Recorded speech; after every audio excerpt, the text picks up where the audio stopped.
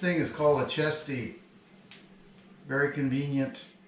I don't have to think about a whole lot. The switch to turn this thing on is right there. It's what I use to do almost all of my filming. Well, I went to this new lake, Lily Lake in Wapwallopen Pennsylvania. Very excited about going there. A new lake is always fun and exciting. But I forgot my chesty. So I had to do all my camera work with this thing right here. This is called a floaty. You can drop it in the water and it stays right up on top. You don't lose your camera. And these cameras are designed to be used over 30 feet deep. And I've used it that way just to scan the terrain at the bottom of a creek, look for little fishies, and also for releases. It looks really cool when you release a fish underwater and you use this camera. But this is all I had. So I just have a few minutes of footage. I didn't get anything with the fish biting the lure on top of the water or jumping out or dragging them into the boat. Apologize for that. I'm going to get better at this. I really truly am. And I am very forgetful. Today I cleaned the fish. I filleted one side of it, threw it in the bucket, forgot to fillet the other side of the fish. I went back and did that and I got all of my fillets. So anyhow, this is really, really nice.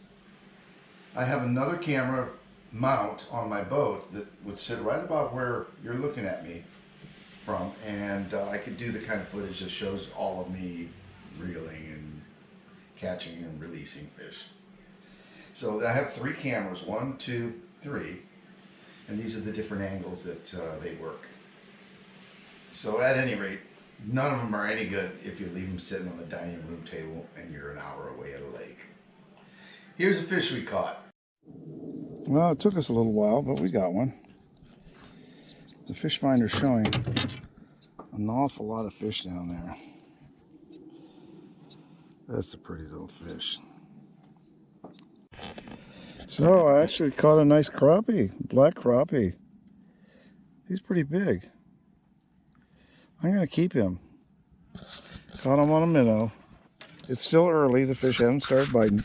5:27. I guess you could say they did start, but they just barely did.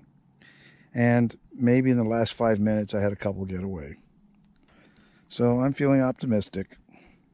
Cross your fingers for us. We're going to catch a mess of fish. This is a beautiful place. Lily Lake, Wapwallopen, Pennsylvania.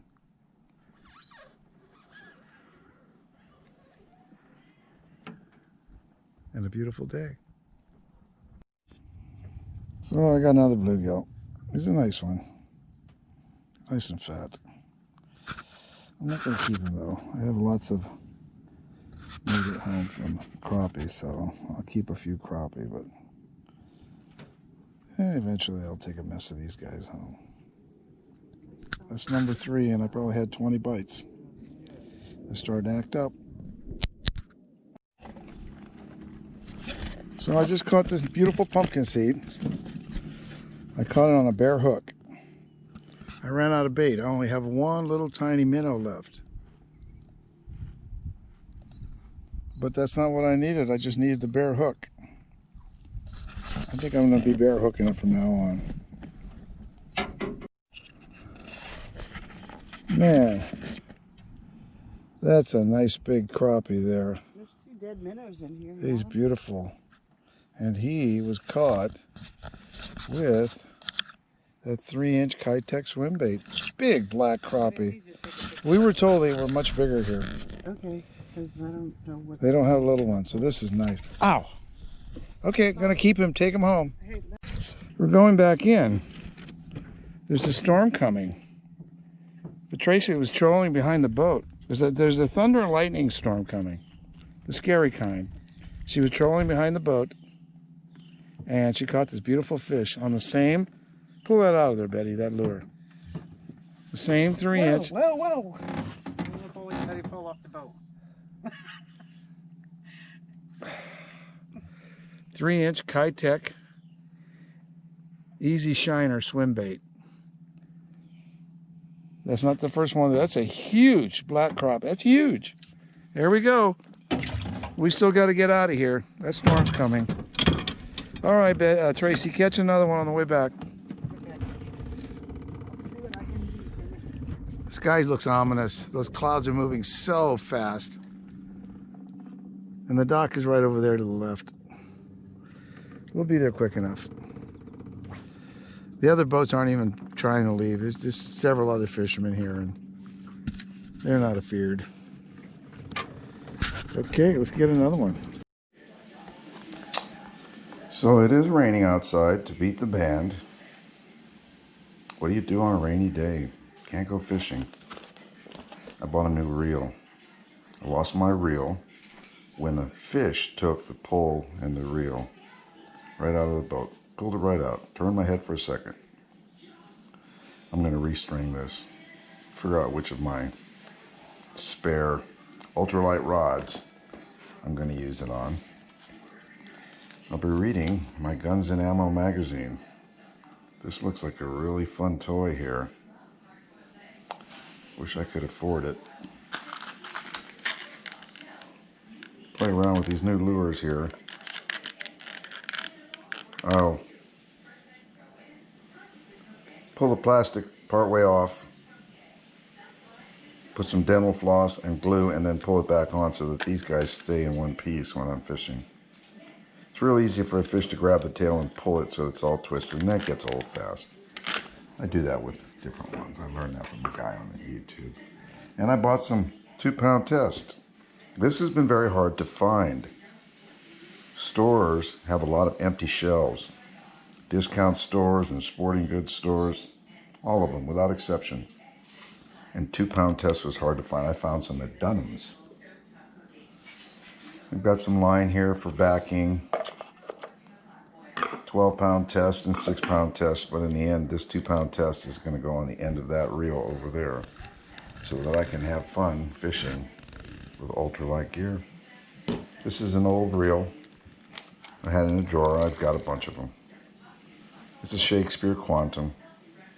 I'll put this on whichever secondary ultralight pole I choose to rig. That's what you do on a rainy day. And I'm going to clean those fish. So, here's these fish. We caught 3 beautiful crappie. Every one of these is exactly the same length. Beautiful black crappie.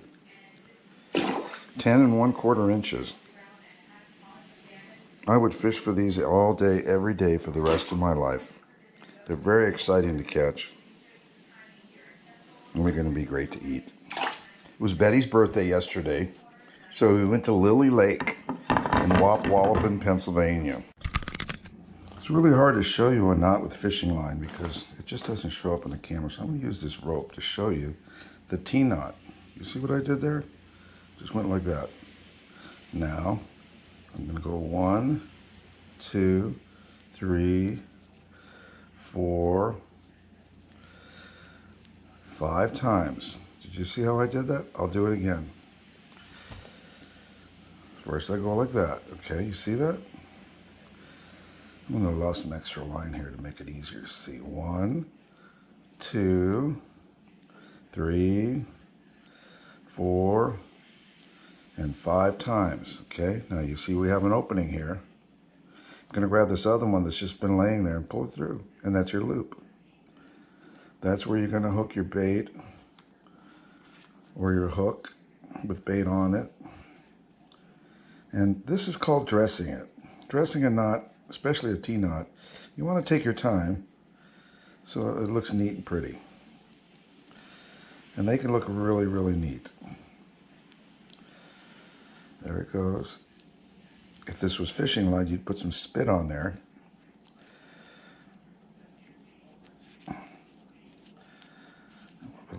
You put some spit on there so it doesn't get hot and burn the line, which can compromise it. It'll break easier. That's what a T-knot looks like. You see how neat that is? It's called a T-knot because it's at a T. When this is nice and tight, and I'm not going to get it too tight, it causes that knot to want to stand at that 90-degree angle from the main line. This is your fishing pole here on the right, and this would go down and you'd put a weight on the bottom. You could do the same thing, just come on up over here and do the same thing and make yet another loop knot. 1, 2, 3. I'm going to stop at that to do it quick. Put some spin on there. Dress your knot. Now you have a rig with 2 loop knots. And then that could be called a bottom rig, or a double drop, or a high-low. This could be used to put the hook on with a simple, this is called a cow hitch. You get that up there like it, just go like that. And that's a cow hitch. Or you could cut this right here, like this right here, cut this spot right here, and you have a long piece of line just hanging out from there, and tie your hook to the end of that. If you're trying to let a live bait swim, a live minnow swim, if you put it out there like that, he has a lot of opportunity to move around while this is sitting on the bottom. Yeah, that's your loop knot. Here's yet another knot. This is called a Palomar knot. You have a hook. You take some of your line, double it like that, and pass it through. And you do a simple square knot with this part of it. And leave that nice and long so that this loop that you just made, the hook or the lure can go through it, or a weight can go through it. And when you pull this nice and tight, again, this is called dressing a knot, it goes right up against there. These are very strong knots. I've never had one fail, and I can't imagine one ever will. Put a little spin on your knot always.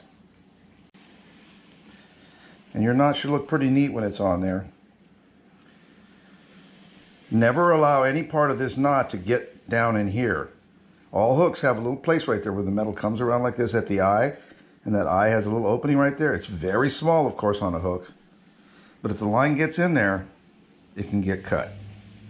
You could lose a fish, you could lose a lure, you could lose your mind. Yet another good way to use a Palomar knot is to do a drop shot. This could be a hook or a lure, it doesn't matter. You take your line like this, a loop of it, and pass it through there. And you make, again, you're going to make that square knot.